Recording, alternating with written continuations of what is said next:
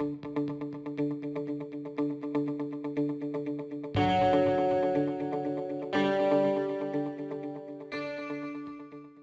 going to have to admit this up front. After a year-long hiatus from testing motorcycles, there was only one new bike that I was aching to ride. The Africa Twin. I've become a fan of ADV bikes over the years, so after it was revealed at EICMA in 2014, I couldn't wait to check it out. I just had a feeling that Honda would put all the pieces together and create an off-road capable ADV machine that was comfortable over the long haul but wouldn't break the bank. On paper, it looked like they nailed it. But I needed to ride it for myself to be sure. Then life got in the way and 748 days passed before I finally got the opportunity. When I did, man oh man, it was worth the wait. The first trip aboard this DCT-equipped CRF-1000L was a 75-mile ride through the countryside with temperatures hovering right around the 34-degree mark. That's Fahrenheit, so it was cold.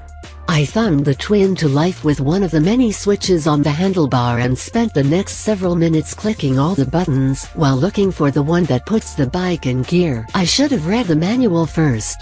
It took a while, but I found it on the right bar, buried amongst a bunch of buttons with nondescript nomenclature.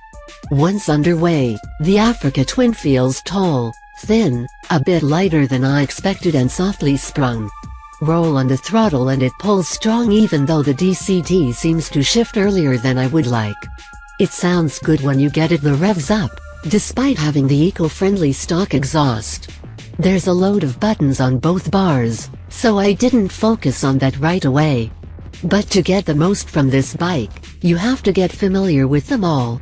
The dash looks compact and clean, it's easy to read and full of useful info: fuel, clock, air temp, all the DCT, ABS, TC setting as well as the requisite idiot lights.